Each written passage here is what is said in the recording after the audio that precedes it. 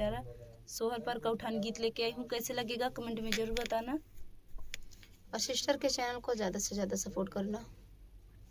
लालन बहुत रोवैया मैं क्या करूं, लालन बहुत रोवैया मैं क्या करूं, लालन बहुत रोवैया मैं क्या करूं, लालन बहुत रोवैया मैं क्या करूं, लालन बहुत रोवैया मैं क्या करूं, लालन बहुत रोवैया मैं क्या करूं।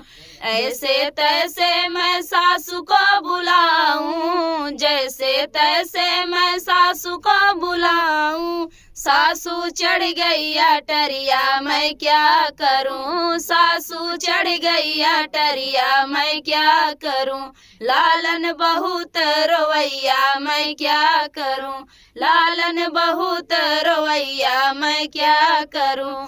जैसे तैसे मैं जेठनी को बुलाऊं, जैसे तैसे मैं जेठनी को बुलाऊं, जेठनी ता नहीं रजैया मैं क्या करूं, जेठनी ता नहीं रजैया मैं क्या करूं, लालन बहुत रोवैया मैं क्या करूं, लालन बहुत रोवैया मैं क्या करूं। जैसे तैसे मैं ननदी को बुलाऊं, जैसे तैसे मैं ननदी को बुलाऊं, ननदी चल गई ससुरवा मैं क्या करूं, ननदी चल गई ससुरवा मैं क्या करूं, लालन बहुत रोवैया मैं क्या करूं, लालन बहुत रोवैया मैं क्या करूं।